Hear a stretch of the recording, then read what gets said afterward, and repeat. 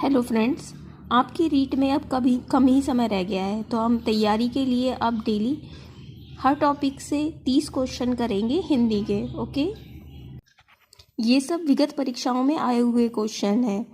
जैसे पहला क्वेश्चन है, देवनागरी लिपि में स्वरों की संख्या कितनी होती है? तो 11 होती है, लेकिन वर्तमान में अब 12 है क्योंकि ये भी जुड़ चुका है।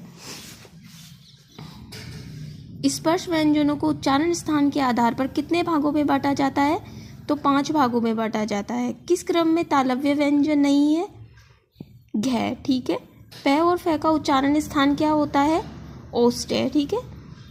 निम्नलिखित ध्वनियों में से बताइए कि कौन सा वर्ण ओष्ठ्य नहीं है? तो आंसर होगा 4th। उच्चारण स्थान की दृष्टि से इसमें से कौन सा व्यंजन तालव्य नहीं है? तो आंसर होगा 3। किस क्रम में तालव्य व्यंजन है? आंसर होगा 3। किस क्रम में मूर्धन्य व्यंजन है? तो आंसर होगा ट। ज और ध का उच्चारण स्थान है तालव्य और दंत्य। भाषा में स्वतः उच्चारित ध्वनियों को निम्नलिखित में से किस नाम से जाना जाता है?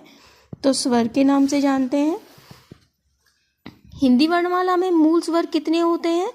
तो 4 होते हैं। ओके, ए, ई, उ, री। जिन स्वरों के निर्माण में ओष्ठ गोलाकार हो जाते हैं उन्हें क्या कहते हैं? वृत्ताकार स्वर। किस क्रम में विवृत स्वर है? तो आ। सैवस्त स्वर है उ और उ। व्यंजन ध्वनियों का वर्गीकरण प्रमुखतः कितने आधारों पर किया जाता है? 2 आधारों पर। सघोष अल्प प्राण है द।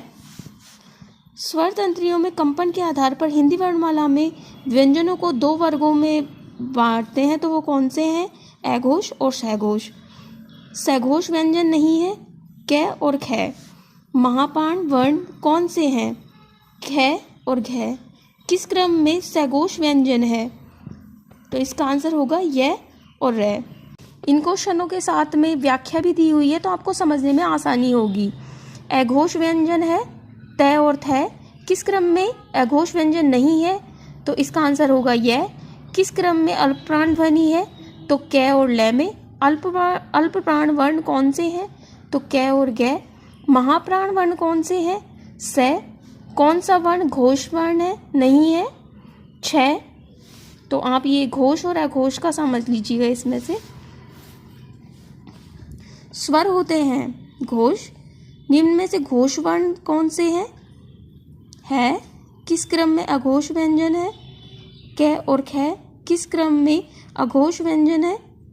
तो इसका आंसर होगा 3।